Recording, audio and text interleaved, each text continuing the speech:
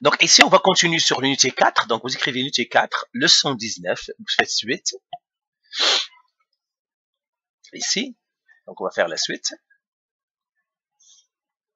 Vous écrivez la date et l'heure. On va continuer sur les exercices. Donc nous avons fait des exercices. On va regarder un autre exercice.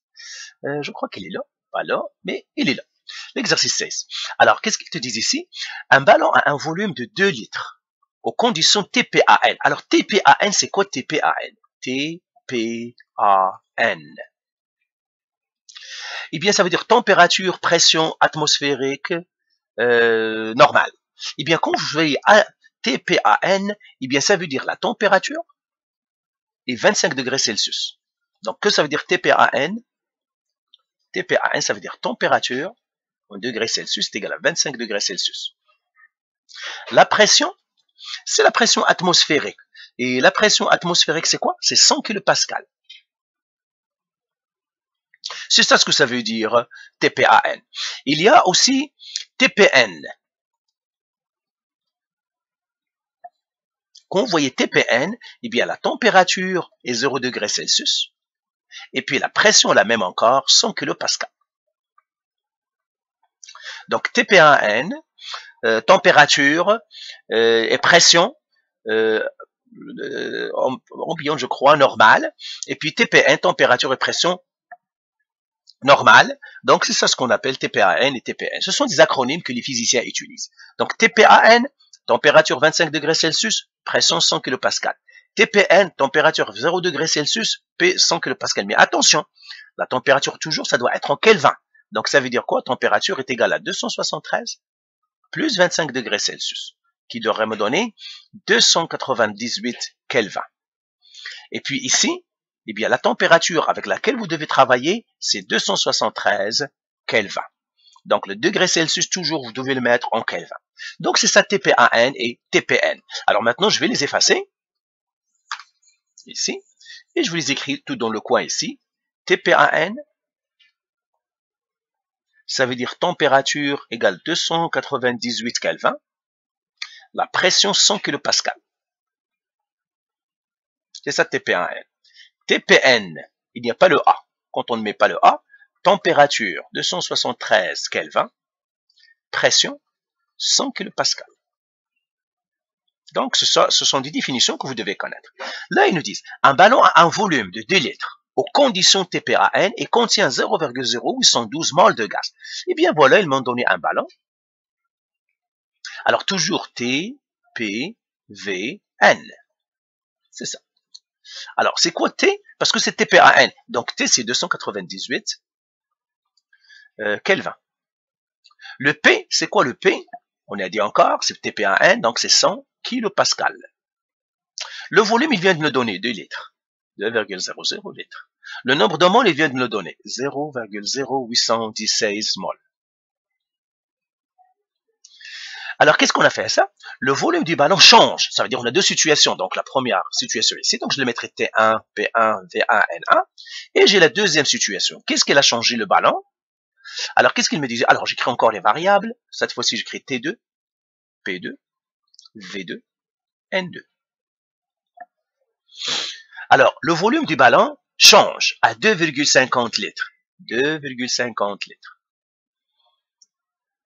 Quand la pression s'élève à 115 kPa, la pression maintenant c'est 115 kPa.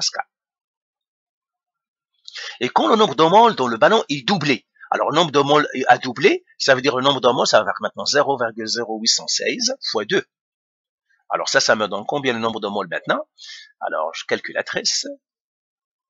Alors, je vais faire 0,0816 fois 2. Eh bien, ça me donne 0,1632. 0,1632 moles. Donc, je vais l'effacer maintenant. Je vous ai montré comment on le calcule, mais en fait, c'est doublé, on le double. Et c'est ce que ça me donne, 0,1632 moles. Ah, pardon. C'est ça. Alors, voilà, c'est ça qu'on a fait. Alors, maintenant, moi, je vais effacer ici. TPAN et tout ça, vous devez l'avoir déjà écrit dans votre cahier. Première étape, trouver l'équation. toujours trouver l'équation. Alors, l'équation, c'est quoi? C'est P1 V1 sur N1 T1 égale P2 V2 sur N2 T2. Alors, qu'est-ce que je vais barrer? Ici, je peux barrer aucune. Pourquoi? Parce que j'ai les valeurs de toutes. Il n'y a aucune qui est restée constante. Donc, P1, je le connais. V1, je le connais. N1, je le connais. T1, je le connais. P2, je le connais. N2, je le connais. V2, je le connais, mais pas T2. C'est T2 que je vais chercher. Eh bien, tout simplement, je vais remplacer par les informations que je connais. Alors, j'ai ici P1, V1 sur N1, T1. Donc, je vais écrire ici 2. Trouver T2. Alors, P1 fois V1, c'est quoi P1 et V1? P1 fois V1, donc P1 c'est 100 kPa, fois V1, 200 litres, sur N1, 0,0816 mol, fois T1, 298 Kelvin, égale P2. P2 c'est quoi? 115 kPa, fois V2. V2 c'est quoi? 2,50 litres, sur N2 c'est 0,1632 mol, fois T2. Alors, je vais faire calculer le haut, calculer le bas. Je calcule ce que je connais. 100 fois 2, ça me donnerait 200. Sur 0,081 fois 298, je fais cette multiplication. 0,0816 fois 298. Ça me ferait combien? 24, ça fait 24,3168. Qui est égal. Je multiplie ces deux-là. 115 fois 2 est 50. Calculatrice. 115 fois 2 est 60. 2 est 50. Ça fait 287,7. 285, je crois. 287,5 sur 0,1632 T2. Eh bien, qu'est-ce que je vais faire maintenant? Je vais faire un produit croisé.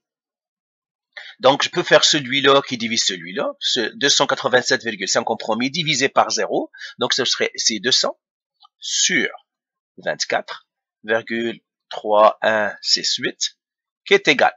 Je divise 287,5 par 0,168. Donc, ça fait comme ça. Lui divisé par lui. Alors, je fais lui. Donc, divisé par 0,1632. Ça me donne 1761,64. 1761,64 sur T2.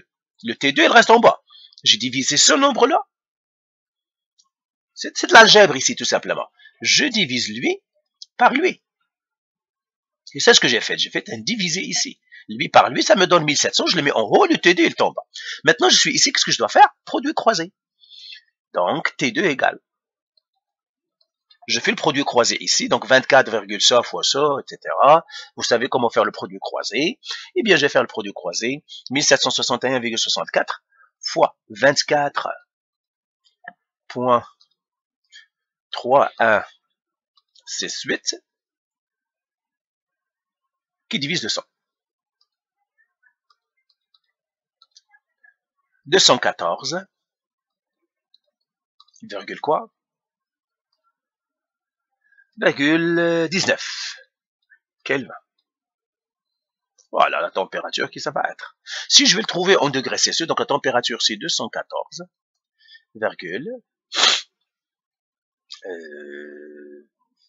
combien? 19 Kelvin. Alors, le nombre de chiffres significatifs, j'en ai 3, donc je dois garder que 3 chiffres significatifs. Donc là, je vais effacer les... J'arrondis au 14, donc ça va faire 214 Kelvin. Voilà.